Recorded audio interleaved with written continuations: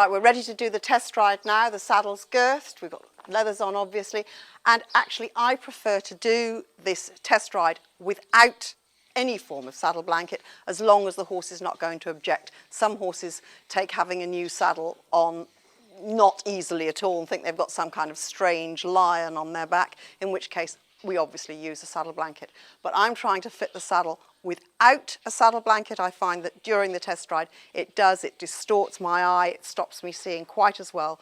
The stability of the saddle, it does affect the fit marginally, even a thin one, and I know that the saddle is going to settle sufficiently to allow the use of a thin saddle blanket, which is all that you should really need with a well-fitting saddle. If you need something much thicker and are intent upon using gel pads and the like, then I need to know that too, because I need to make allowances when I fit the saddle for the fact that there is going to be something substantial underneath. But in this particular case, I think this guy is going to be, or this girl rather, is going to be fine without one. She's not going to be oversensitive and buck you off, is she? No.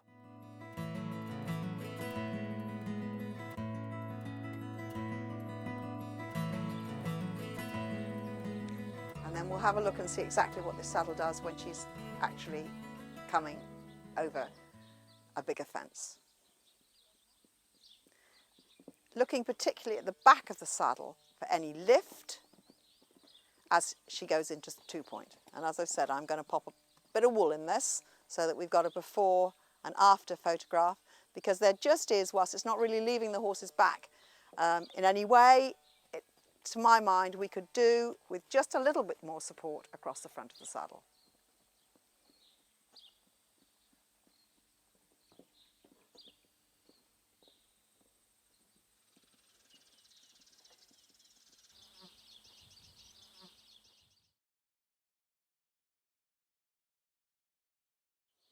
Right, this is post my putting a bit of wool from the stirrup bars forward over the points of this saddle, just to give the saddle a bit more support at the front, hoping that this will still it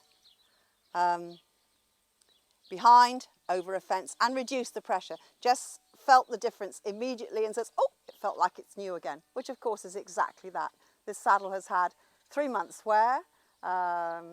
It was purchased in October, the beginning of October, and we're now heading towards New Year. So it's about due for that important first level up, just to make sure that it's still in optimum balance.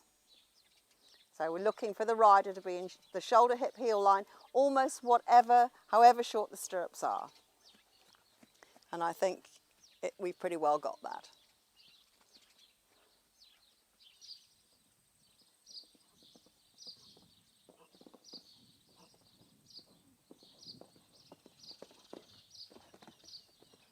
That's still, I'm much more satisfied with that.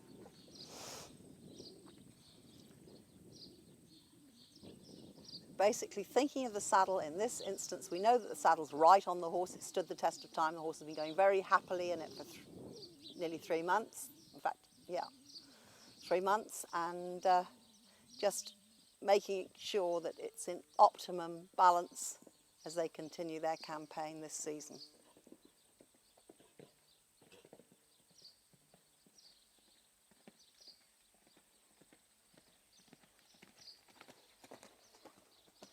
Watch the back of the saddle here. Lovely. Yeah.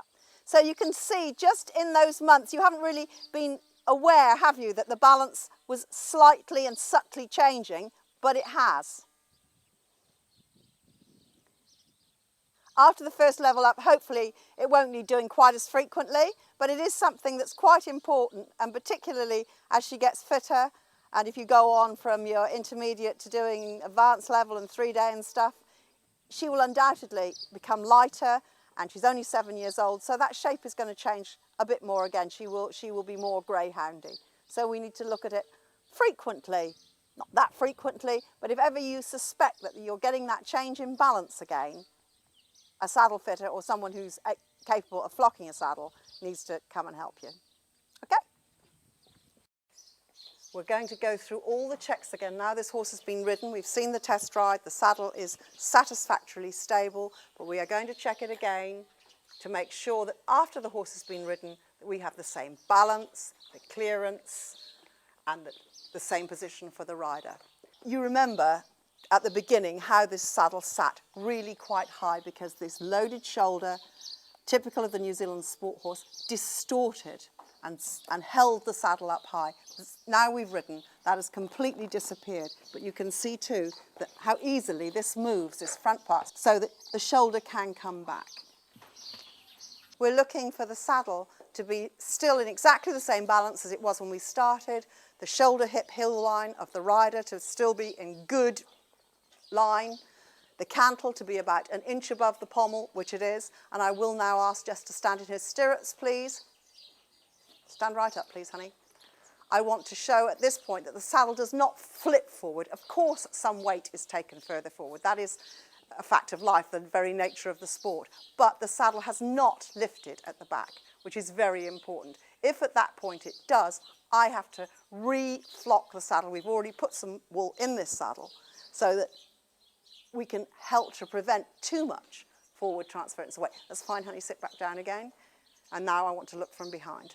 Right, I'm standing behind the horse here. I'm trying to make sure that the panels are equal both sides, that the rider has not got more weight in one hip than the other, that I can see daylight through the channel, which I can quite easily, and everything looks absolutely set for a successful time with this saddle.